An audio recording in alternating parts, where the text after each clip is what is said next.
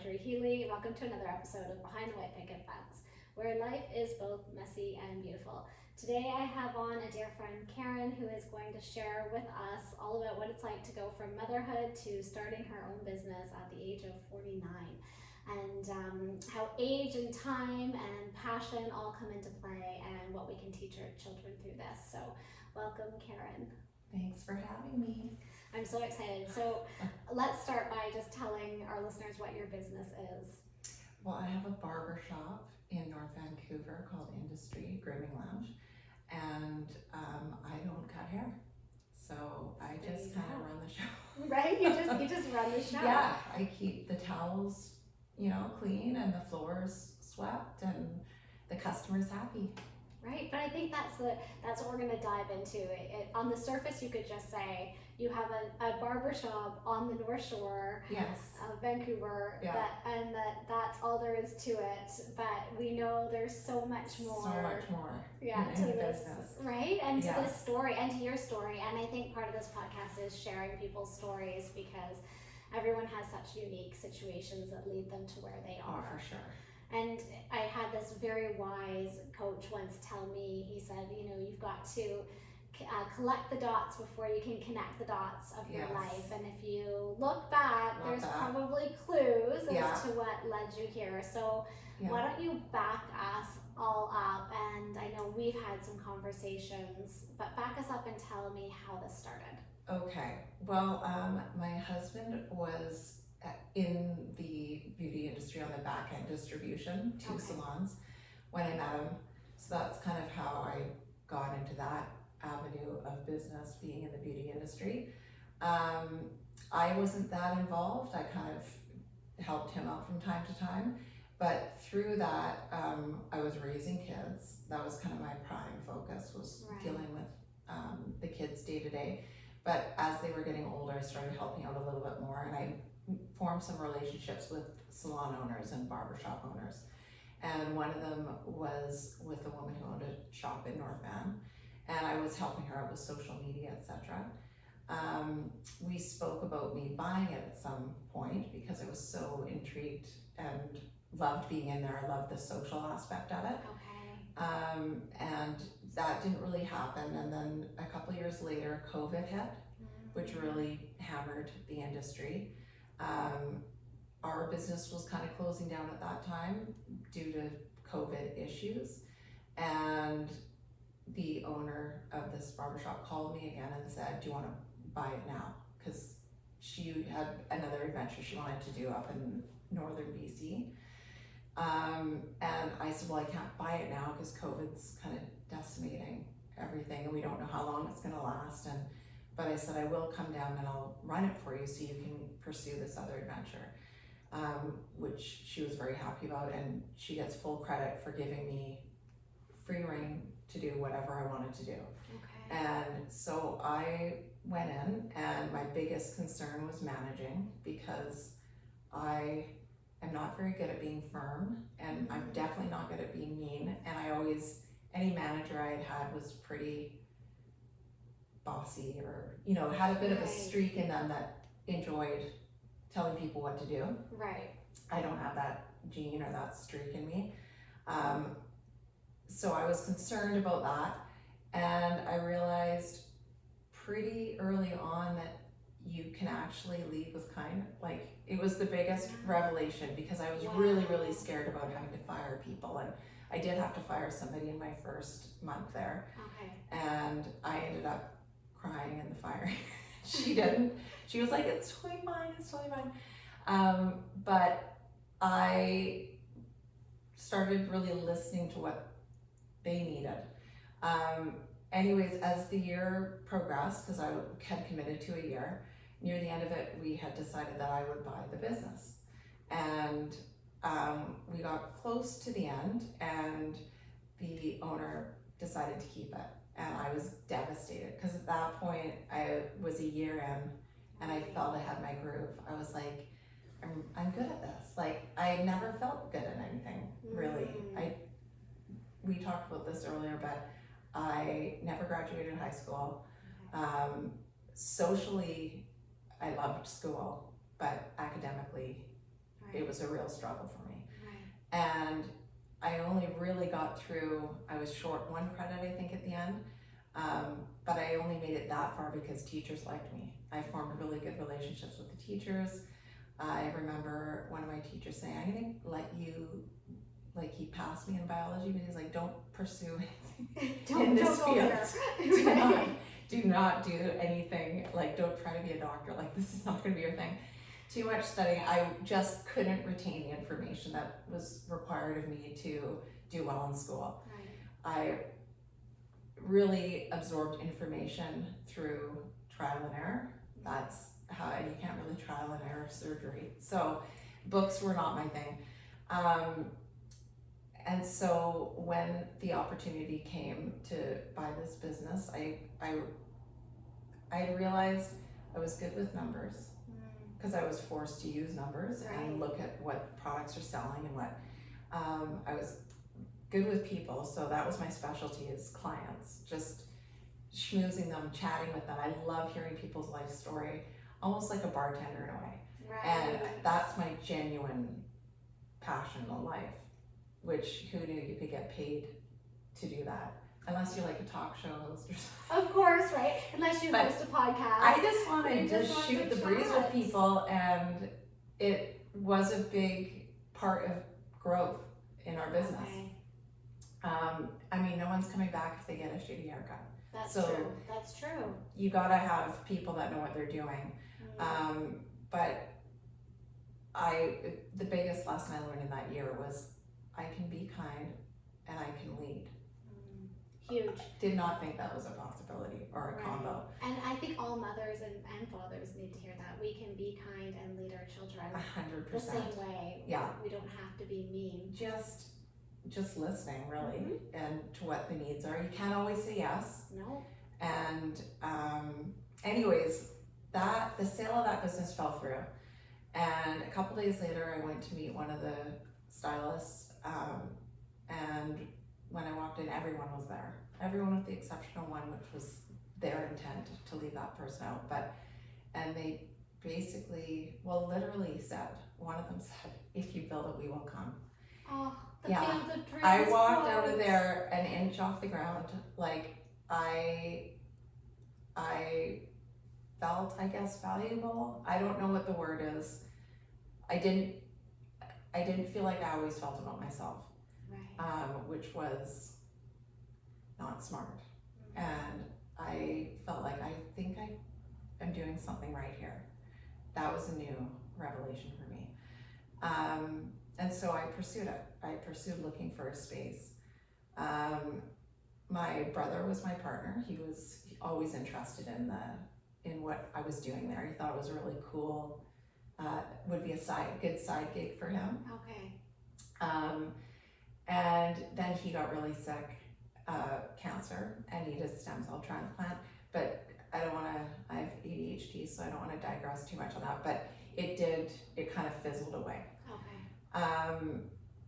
Then the original space that I was managing, the owner moved to a different location, and the landlord gave me a wrangle and said, do you still want the space? Because we had gotten that close to the end that I'd been negotiating the lease and everything with her. Okay. And I was like, oh, and I called the barbers, who had still met on occasion for a drink and just to keep in touch. And I was like, do you guys want to do this? And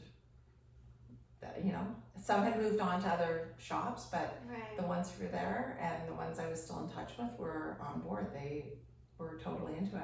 Okay. And so here we are. Here we are. I mean, it's such a gamble. Oh, it's such a gamble. I mean, even when I opened the doors, one of the barbers who said he was coming didn't come. And so that was part of my business plan, was to have, these were the kind of numbers I think I could open with, and that none of that came into fruition.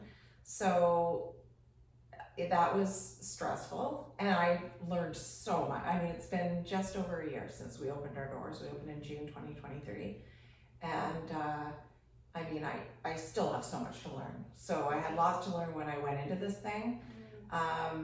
Thanks to the fact that I have ADHD, I don't settle on many bad or good things that happened in my life. I just kind of roll with it. Okay. And that's really how every day went. Even the build, the design, the decoration, every day was something new. Like I just didn't know. Right. But I would get up and be like, okay, I've got to get some plants in here. Okay, I need a shelving, for this. What is that going to look like? It was just day to day. And so surprisingly, not even really a lot of stress. And if I did have a lot of stress, I can't remember it now.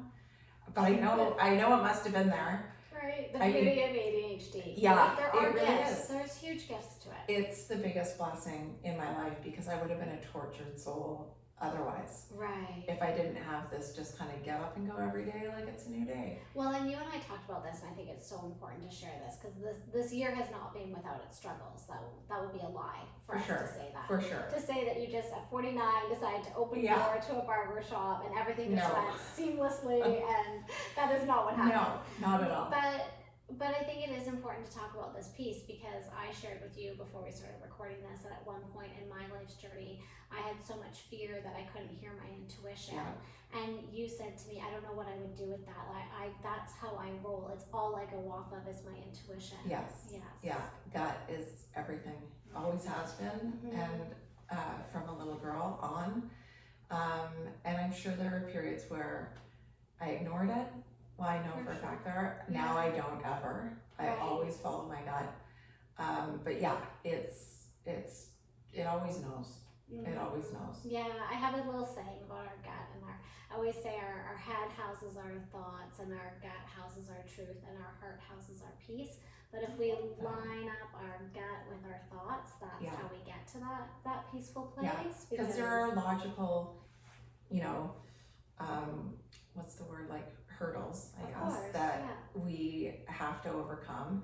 And yeah, it is a combination of gut and brains and heart. And my gut is my most important. It's always been a guide for me. Yeah, it has to be the number one. I'd love to say it was my brain. But unfortunately, that doesn't retain much information. Right. So without my gut, I'd be a lost little soul, for sure. Well, I mean, I was quite lost in school as well. I'm not quite sure how I got through it.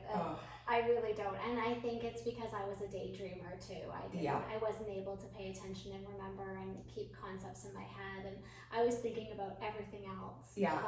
But school. Oh yeah. I was an absolute pro. Like, I was so shocked because I didn't find out I was ADHD till I was 42, and I'd gone in because I thought I had early onset Alzheimer's. Right.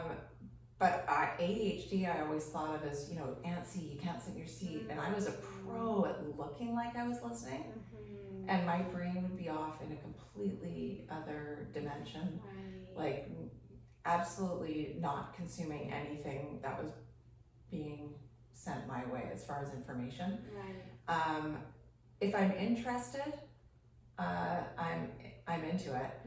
Or if I, like I said, trial and error, if I'm experiencing something, then I can retain that information, but I have to actually live through it to remember it. Right. And then sometimes I have to live through it again and again to really let it sink in. Right. The life lessons they keep. Sometimes I'm like, oh gosh, I've already learned this one, and here it is showing up again.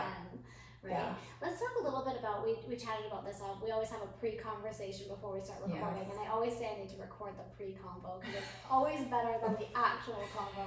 Yeah.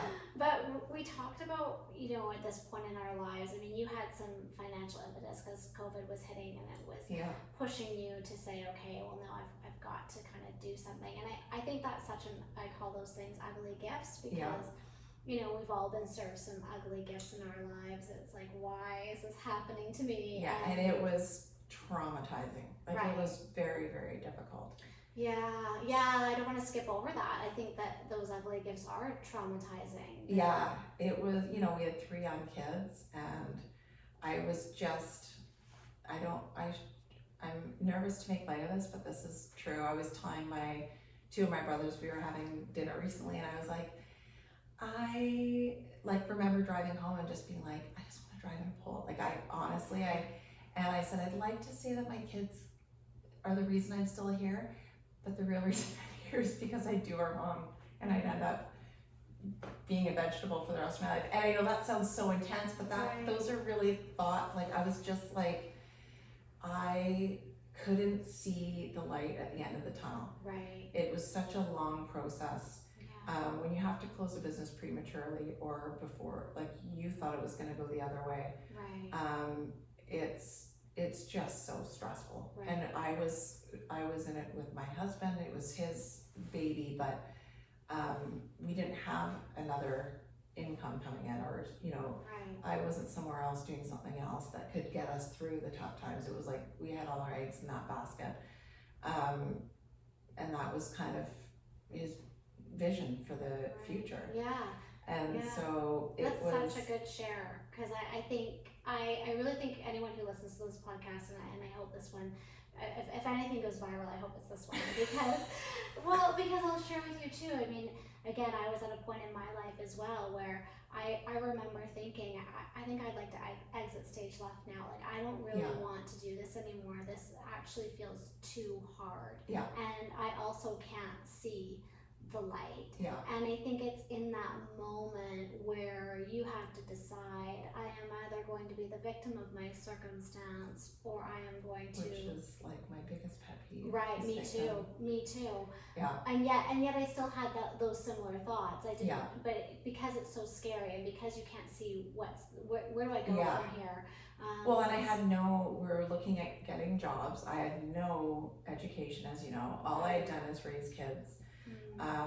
After that, I will say, when we went to Calgary, and we got married. Actually, we moved there, but came back to get married just for the occasion of the marriage.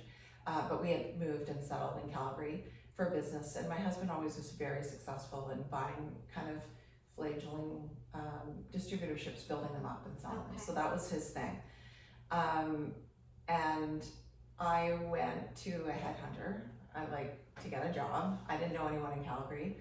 And again, the social skills that I had that allowed me to survive the ADHD that I was dealing with. So my social skills always got me through everything. Right. Saved me again, because yes, I could type, but I had no specialty in Excel or anything like that. And most jobs, like any kind of corporate job, they were hiring you needed a degree, even just to be a receptionist. Wow. And so I was going for this reception job, and the girl at Hunt, we ended up talking for 2 hours. She goes, these meetings are usually 20 minutes. We've been here 2.5 hours. She said, I'm gonna actually send you out for a couple jobs where they require a degree, but I think you could do well in the interview and they might honor it. And I went to one. There was 30 people going for the job, and I got it. The first interview they offered me a nice salary, and I just took it. And I was there for my duration in Calgary. And that was social. That was survival skills. Your survival skills. Well, isn't that what really? does it? Isn't that speaking to, okay, I'm going to be resilient enough just to rely on the skill sets that I do have, and trust in those long enough to put myself in a different position. But those are the only experiences I had in that I had learned. But here I was again having to go out to the workplace and find a job. Technology's evolved. It was a scary place to be. And then the shop, the kind of domino effect of what happened with finding the shop came to be. And it really wasn't until I was 47 and kind of managing that place that I realized I could maybe have a career with my social ability. Right. And obviously I had smarts at this point in business just through experience, and together I'm still learning. I still have so much to learn. It's ridiculous. But don't we all? Isn't that for all of us? I think the minute you think you're not learning anymore is probably a bad minute to be in. 100%. I don't ever want to be there. Me neither. Yeah, and that will never for me. There's so much for this kid to learn. But that was, survival. Right. And I think you kind of said, I just been a mother, and no one can see me, but I'm doing my air quotes, just mother. And I don't know, I think the school of motherhood is intense in all of its own ways and teaches you so much about who you are and what Big you're time. made of. Yeah. Gives And- you that peace. Yeah, and you know, just connecting with even other little kids and seeing how they all interact with each other. I was never a pack mom, but I'm certain at the beginning there were moms that were somewhat concerned about me, but then they realized I was a good mom. I was committed to my kids, but just highly disorganized and Right. forgetful. And so I ended up having this community of moms who would just be like, Karen, don't forget you got to be at that Mother's Day brunch. And then I'd get a text the morning of the Mother's Day brunch to remind me again. They kind of had my back in that regard because I wasn't good at organization. Right. And I wasn't good at, you know, keeping a timeline and a schedule.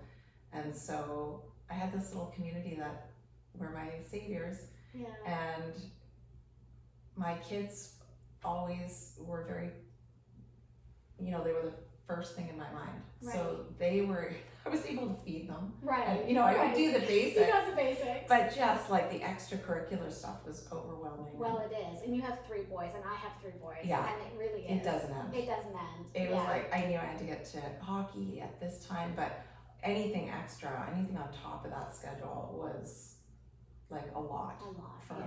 this little functioning brain. Yeah, Or well, semi-functioning.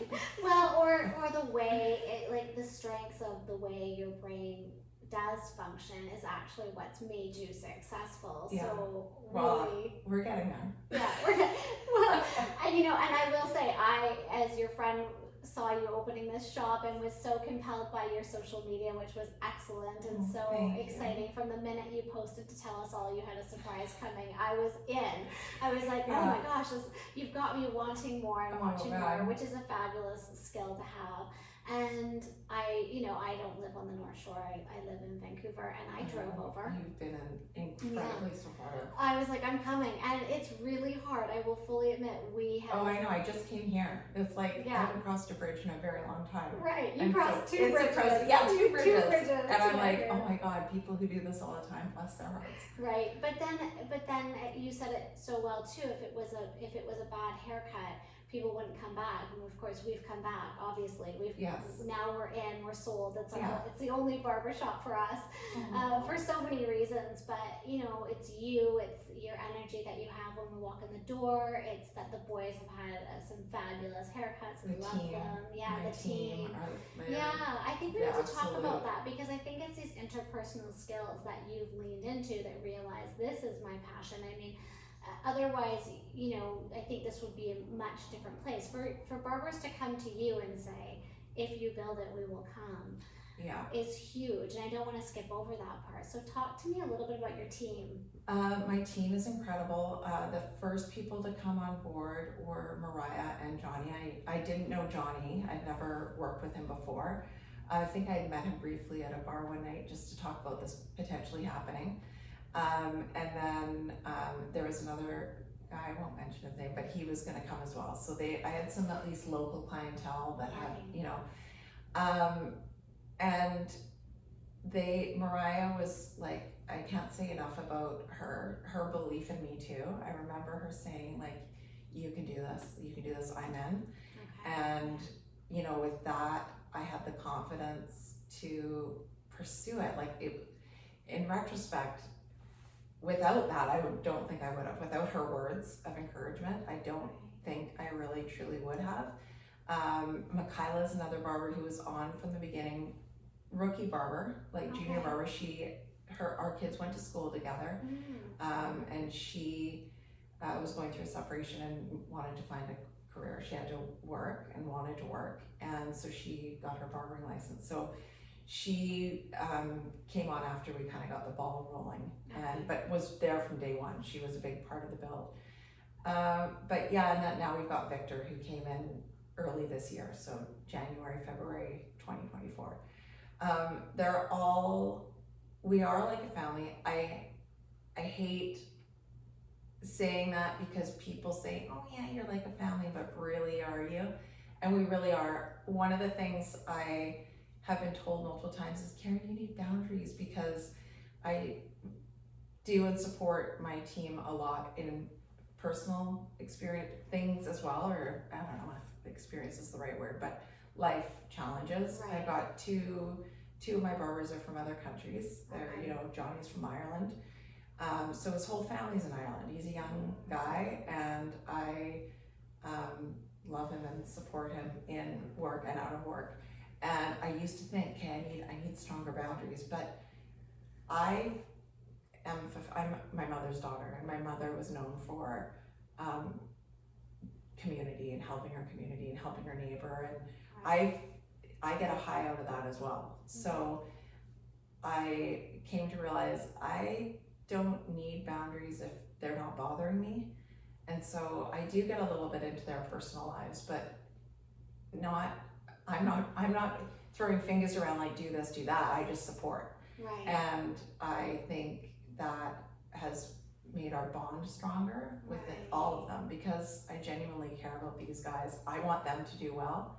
I've always said from day one, I'm not going to be pulling in to the parking lot in a Range Rover when you're riding a shitty bicycle. Like, we're doing this together, we're building this together. Right. And I'll feel like that till the end. I want us all to progressively do better and enjoy the ride together. Right. I wouldn't be here without them. Yeah, and I think, and them without you. Like, I think it's that symbiotic ecosystem of a barber shop. Is that the best way to say it? I feel like we have a happy environment. I think our customers pick up on that. They do, yeah. Everybody would love to not have to work and just, so it's work. We're checking in every day. Let's talk about that. That's such an interesting point, because we chatted about that again. I always say pre-conversation better than conversation. Yes. But let's chat about that for a second. Would they? Because I wouldn't. I'll always work. Right, and I would say the same. I think at one point in my life, I didn't have to make that decision. I could or couldn't work, Right. And I had a lot. And I remember saying years ago, "What would you do?" My question for everyone was, "What would you do if you had all the money in the world?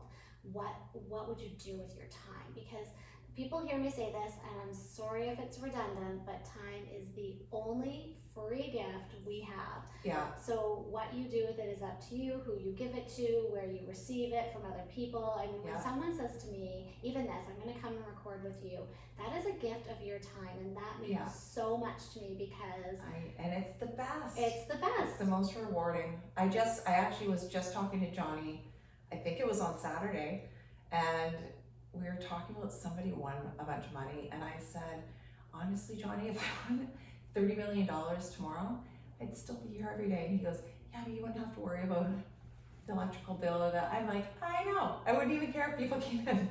If they did, I'd just say, sit at my bar, And hang out. Yeah, have a drink, because we are getting our liquor license. Okay, and we should talk about that too. Yeah. But I think before we move to that point, because you and I could both go on a tangent. I know. And we will go there, but I think that's so important, because I remember even my neighbor said to me, oh my goodness, I've told her some of my dreams, some of the things I'm building, and she said, if you become so successful, are you going to sell your place? And I said to her, are you crazy? I love it here. It's home. Yeah. No matter how successful I am, Yeah.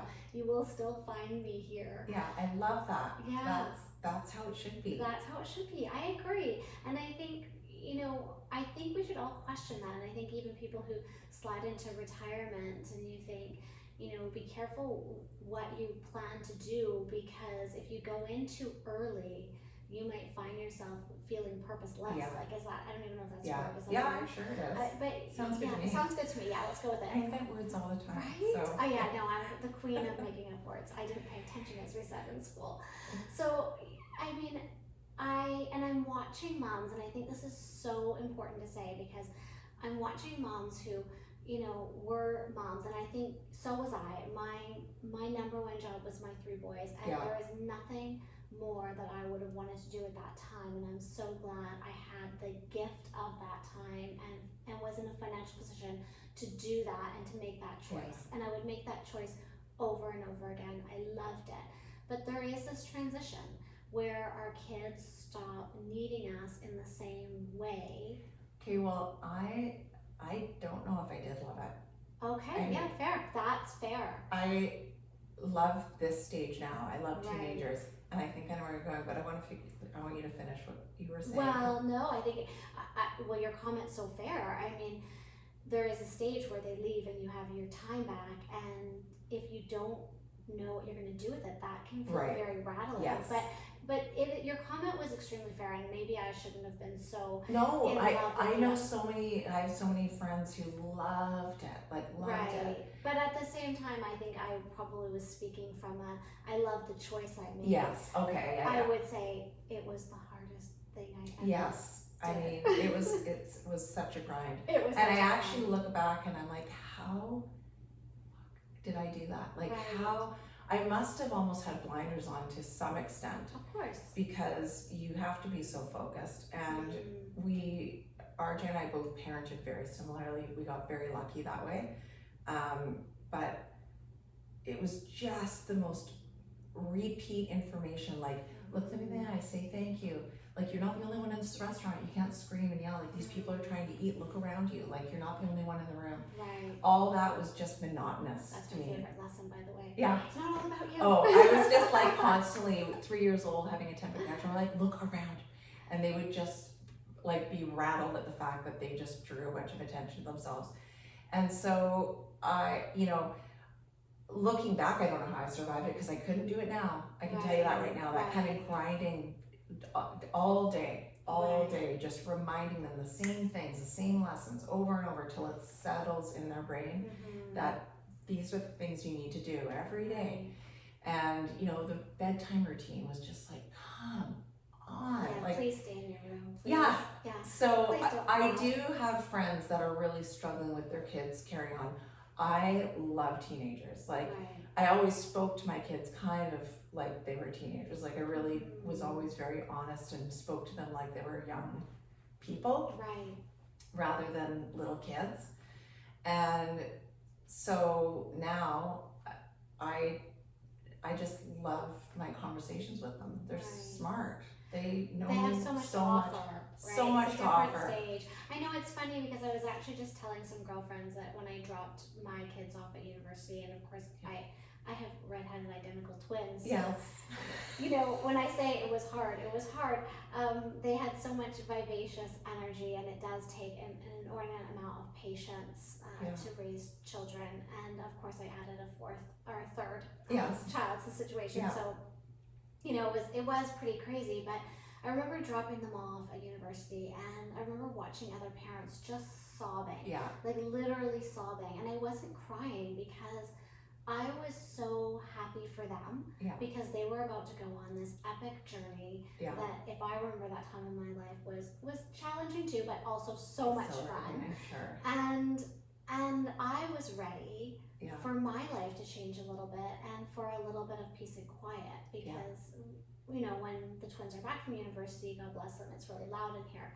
Yeah. So it was like a symbiotic, simultaneous motion that was happening. Yeah.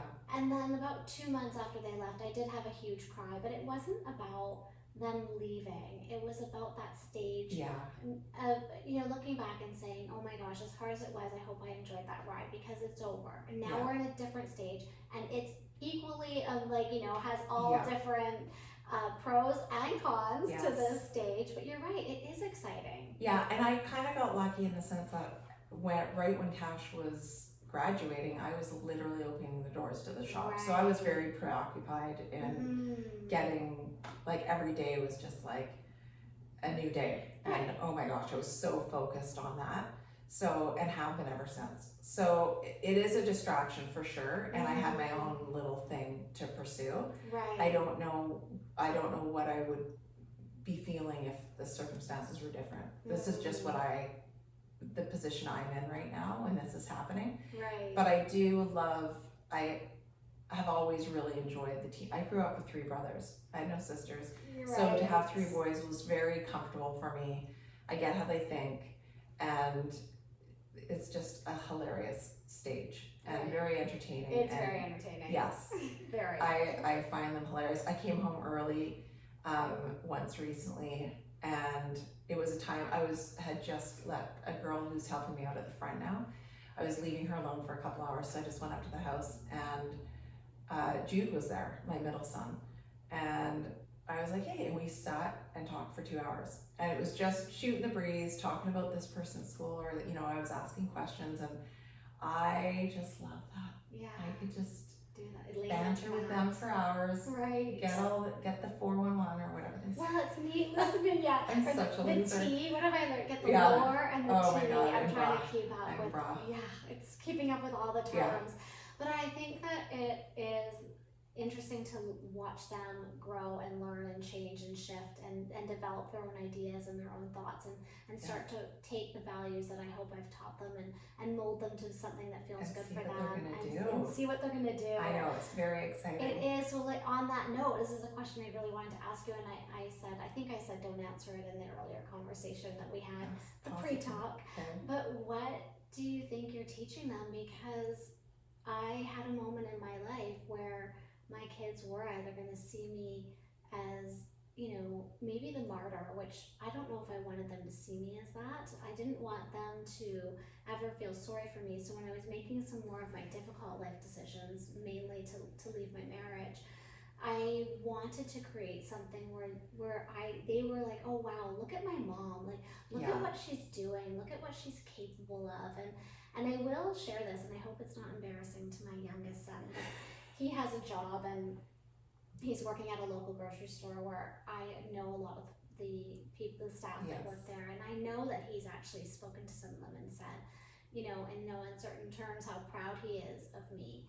And it was such an interesting moment because I've spent many of my years feeling proud of who they are becoming. Yeah.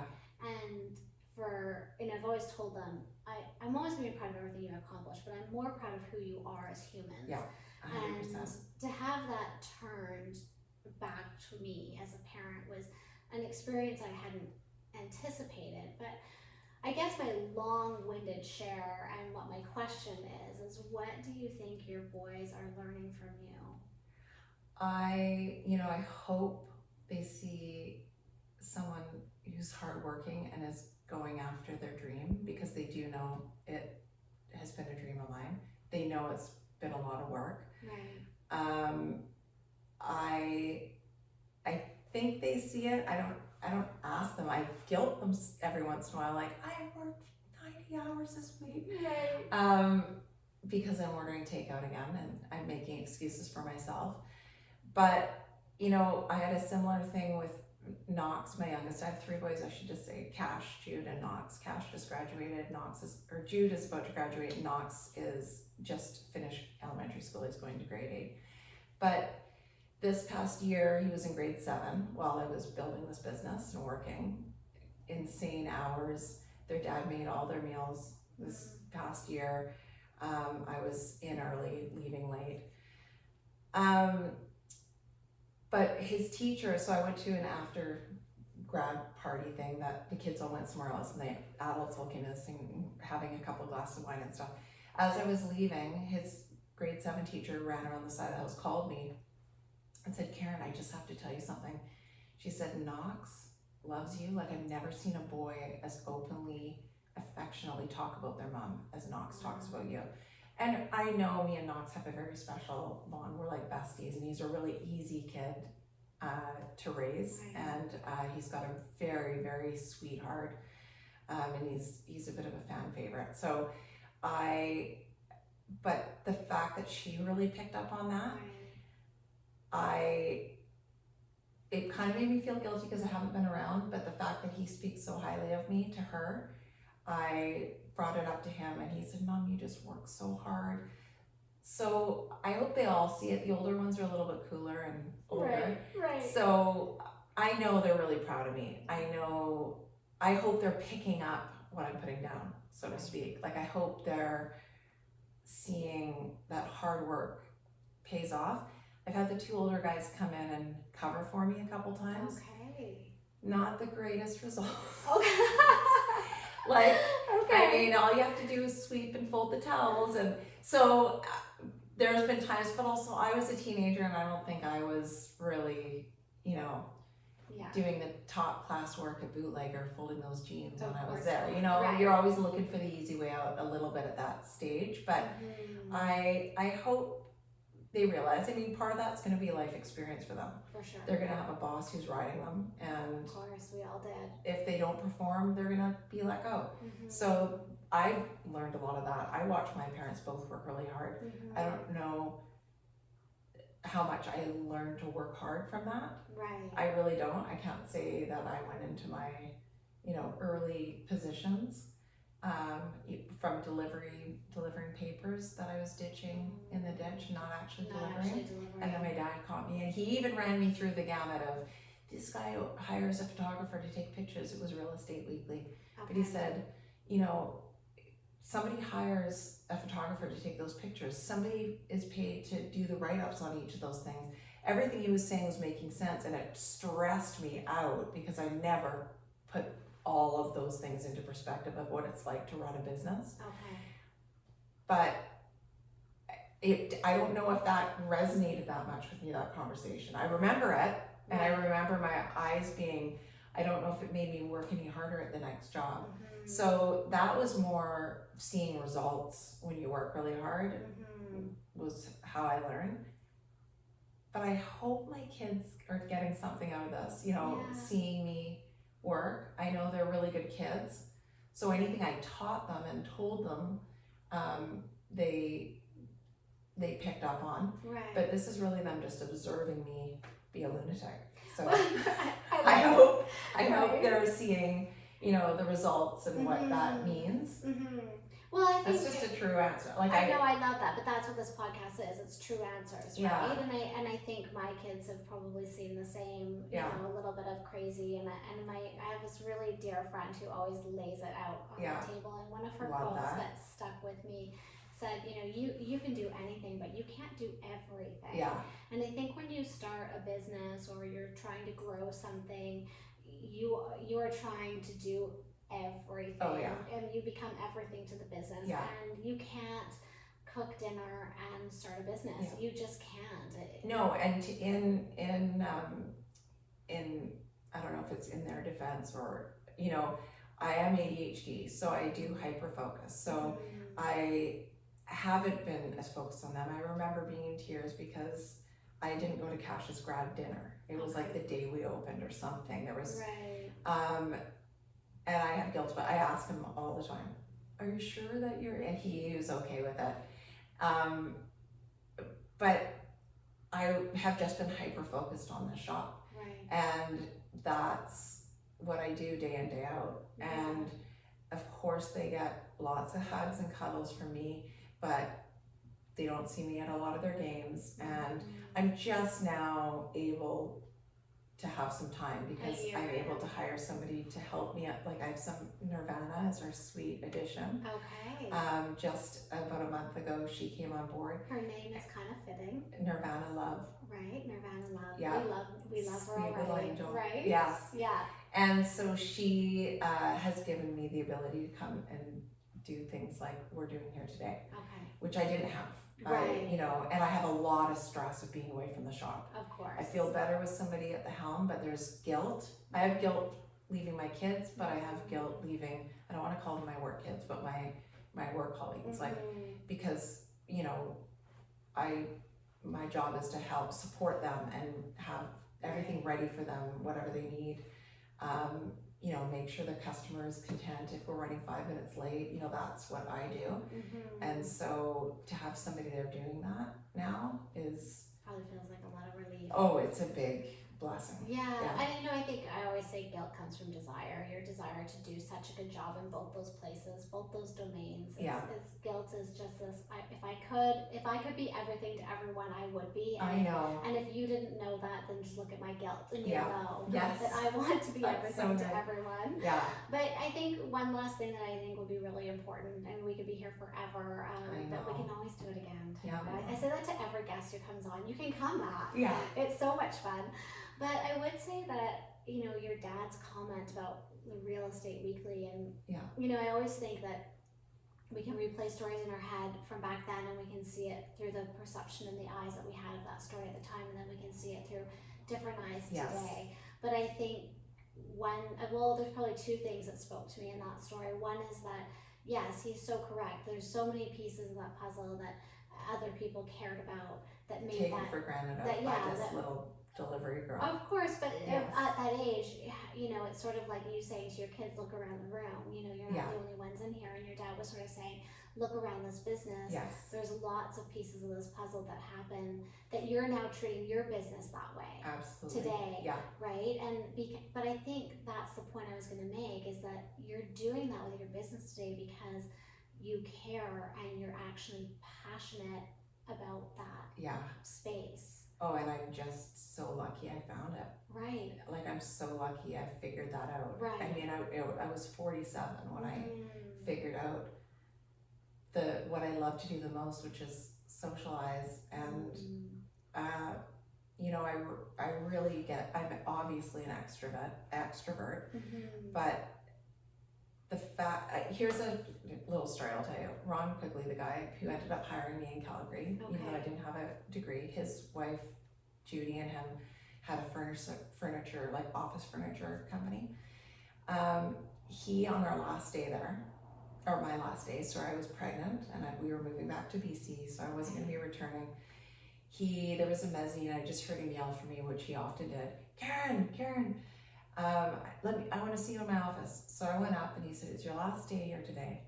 And he said, I want to tell you something. You might be one of the least productive employees we've ever had here. And I went beet red. I mean, he was kind of smiling, so I knew hopefully there was going to be a happy He was going to follow up. Little talk that we were having. Right. But he said, but you were such a value here. And I was like, thanks, I think. And he said, you knew the guys' names in the back. You knew all the staff up front. Our clients, you made them feel like $1 million. You knew their names when they came in here, thanks to notes. But he said, I swear it increased production and morale within the office space. He said, we've never had anyone who even cared about the warehouse people. And I knew those guys because they were hilarious. And he said, I haven't seen that. This is something I think you need to know, because whatever you end up pursuing, you need to keep that in mind. I left there feeling really great. He really pumped me up, even though I was the least productive employee he'd ever had. But it paid off. When I had this revelation at 47, like this, and I was like, this is what Ron was talking about. Like, I am making clients feel comfortable and happy, and the staff, I'm giving them hopefully a kind of fun environment to work in, or that's what I mean earlier, like not every day's gonna be fun. You gotta go in and work, and then you wanna go and enjoy, you know, the benefits after. But, you know, making a space warm and comfortable, and, you know, this is basically what he told me to pursue is what I ended up pursuing. And it took me another 15 years to figure out, oh, like I could actually do this as a business. And so anyway, that is how I came to be here with this little barbershop and social butterfly. Well, I think it reminds me of the saying that I had to come up with a mantra for myself during some really difficult days of my own, and I remember someone asking me, and it holds different meaning today than it held then, because at the time things were pretty chaotic and were messy to the messiest degree. And they said, Marjorie, what's your mantra? And I said, I'm right where I'm supposed to be. And I sort of choked over my own mantra, knowing that as messy as this is and as hard as this feels, I think I'm supposed to be here. I don't know why, which but is so irritating too at times. Very, because while I think I'm a patient person, I'm not as patient with myself. Right. I'm better as an outwardly patient person. So I sat, and now I sit and I say those words, I'm right where I'm supposed to be, and they take on a whole different meaning. But I couldn't have been here today recording this podcast with you if I wasn't there 6 years ago. And that's a powerful mantra to come up with at that time. But that's sort of what you remind me of when you say, like, here I am, it took me a long time to figure it out, I didn't know 100%. You have this boss from years ago that tells you how unproductive and I was like, you were. okay. Yeah. And then it all kind of came together. It all comes together. Yeah, it's that saying of, I've got to collect the dots to connect the dots. And it keeps coming back to haunt me because it's so true. Yeah, and so true. So you had to go and collect your dots so that you could connect your dots and be sitting here doing this. Yeah, 100%. And there's a lot more dots to collect. Right? Well, there will be, except that I think the greatest lesson, or maybe that my takeaway from listening to you and watching you on this journey kind of from afar and then asking you to come and chat, has been like multiple. Obviously, I've gotten more than one journey. I know that happens sometimes. Sometimes you'll hear our stomachs rattle while we record. But is that, you know, you figured out what your superpower was and you capitalized on it. You were like, oh my gosh, I could, as you said, I could actually build a business based on my greatest strength. And at times your greatest strength didn't look like it was. Like while you were in the academic system, your greatest strength looked like my biggest weakness. Of course. Like I was like, I just need to focus. Right. Stop socializing. And it was my biggest But did nightmare. you? I mean, really all that work, socializing, is what probably just honed your skill to I mean, I think it was survival even back then, really. Right. But yeah, and I don't know. It's just something that I naturally was capable of doing, was just making a situation that was uncomfortable comfortable. Right. And also, don't you love that saying? It's not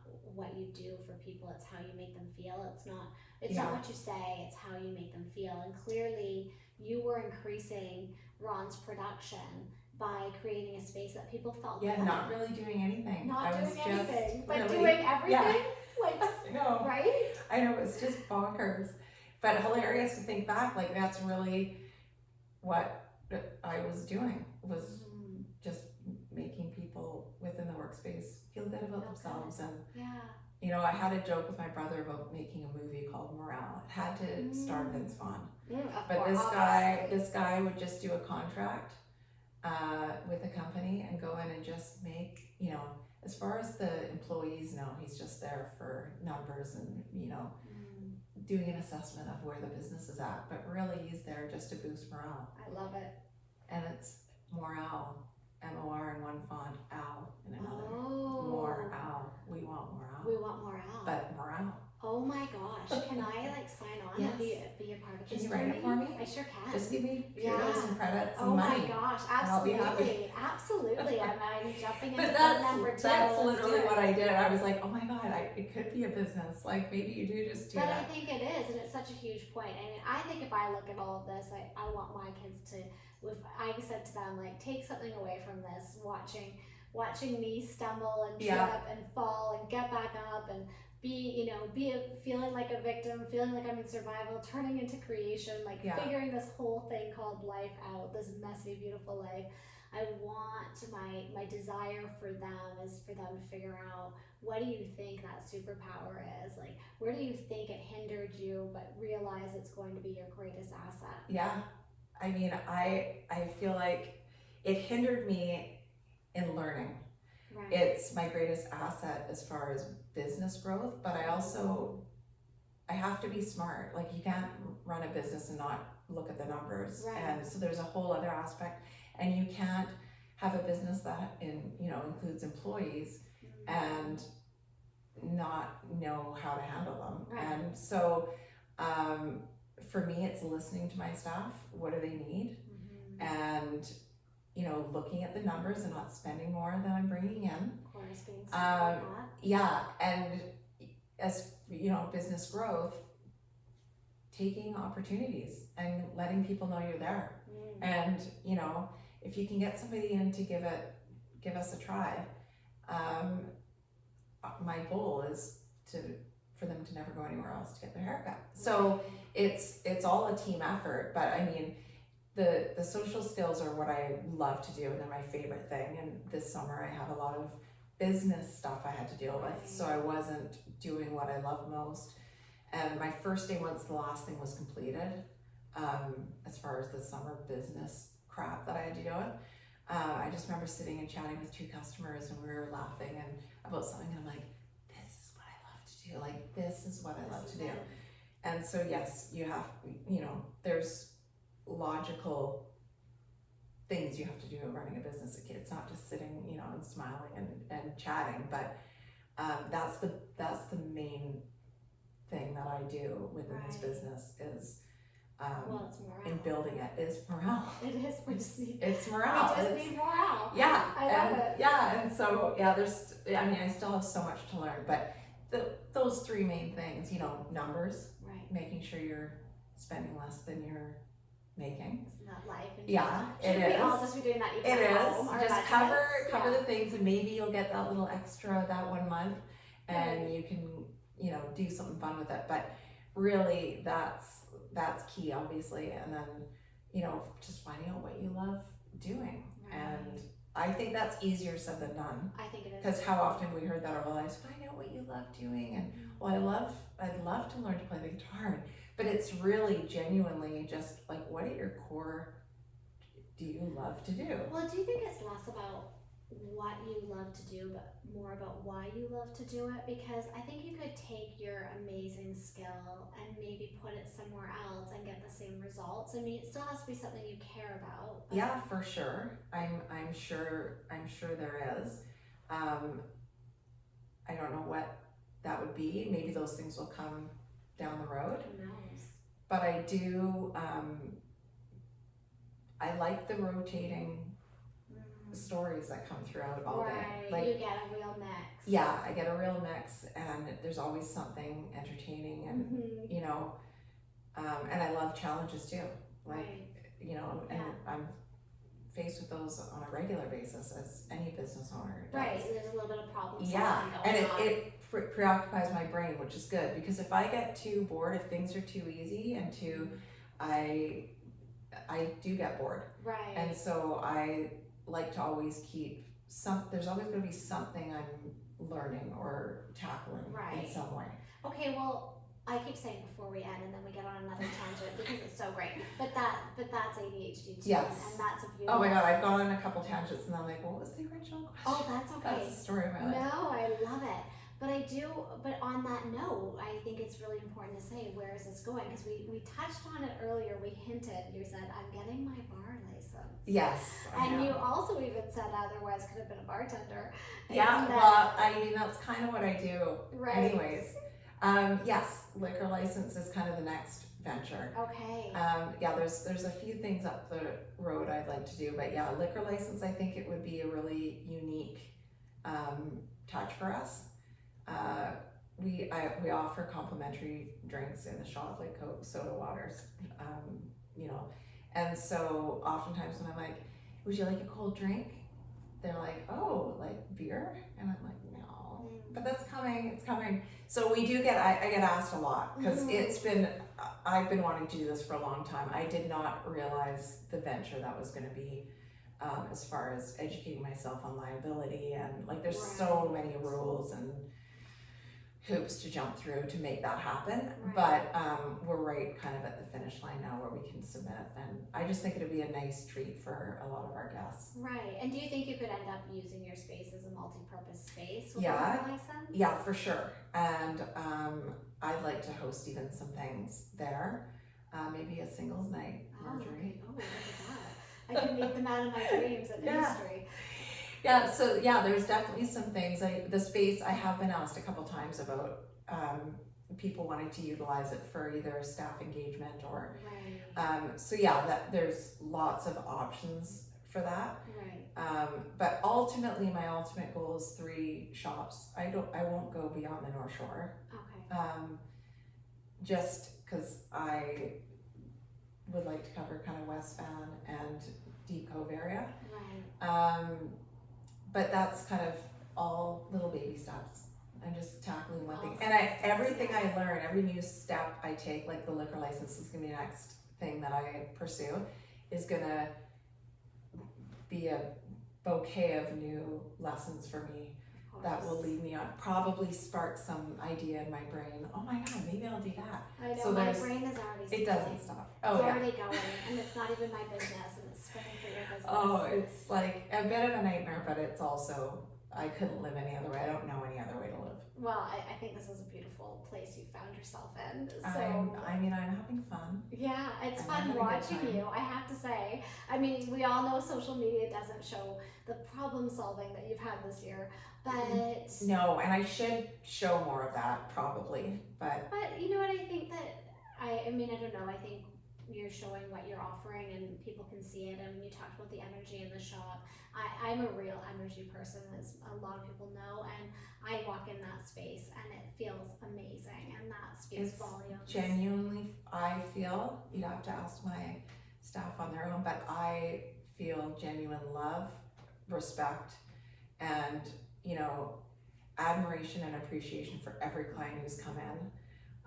Like when we first opened our doors, it was a bit of a ghost town. It was, just letting people know we were there, but clients came in and were probably a little nervous because it was dead. I didn't even have furniture everywhere yet. And they just continued coming back. And these guys, they have said some of the kindest things to me. And I had somebody who went to leave, and he kind of got halfway out and turned around, he called me over and he's like, Karen. And I went down and I said, what do you want to tell me, Dave? And he said, I just want to tell you that when I pulled in here today, I had kind of a feeling of excitement. Like, I was excited to see you. I was excited to see Mariah, his barber. And as I was leaving today, I was thinking, I should just tell Karen this. Like, she deserves to know. She's, starting out here. I want to let her know, this is a place I look forward to. He said, I can't think of anywhere else I enjoy spending my money at. Like, no service that I give money to that I enjoy handing the money over. He said, what you've created here is just a really warm, inviting, friendly space, and I get a great haircut every time. And I said, I almost burst into tears because that's all I want to hear. That's all I want. That's all you want. And I want every client to feel that way. Yeah. And not every client needs that. Some people just need a haircut. Right. But we're there. And if, Yeah, I get that though. I mean, in every business, there's levels of service that you can offer. Yeah. And you never know what anyone's going through at any given point in time. Absolutely. And you're right, someone might just walk in and just need a haircut, but someone else might walk in and need that warm space. Yeah. Because it feels like a hug. It does feel like a hug, I think. I think it does. That's what I'd say, but. I mean, I give them out reckless abandon. Right? I mean, it's crazy. That's the way we should give out hugs. Seriously. People are like, is she hugging me right now? Yeah, is this? Yeah, I am. You got married last weekend. Come on. Yeah, you need a hug, right? Absolutely, I love it. Yeah. I think I have never been so excited to release a podcast. Shush. I am seriously so excited to release this. I've never done one, so this is a learning curve for me. Right. Well, and this is another step in who knows what happens next. Well, I will say this before we finally do close. I promise. Yes. I'm gonna promise this time because if not, we'll be trust you with everything. Yeah, we're gonna do this, but I will say this. I think that you really speak to it.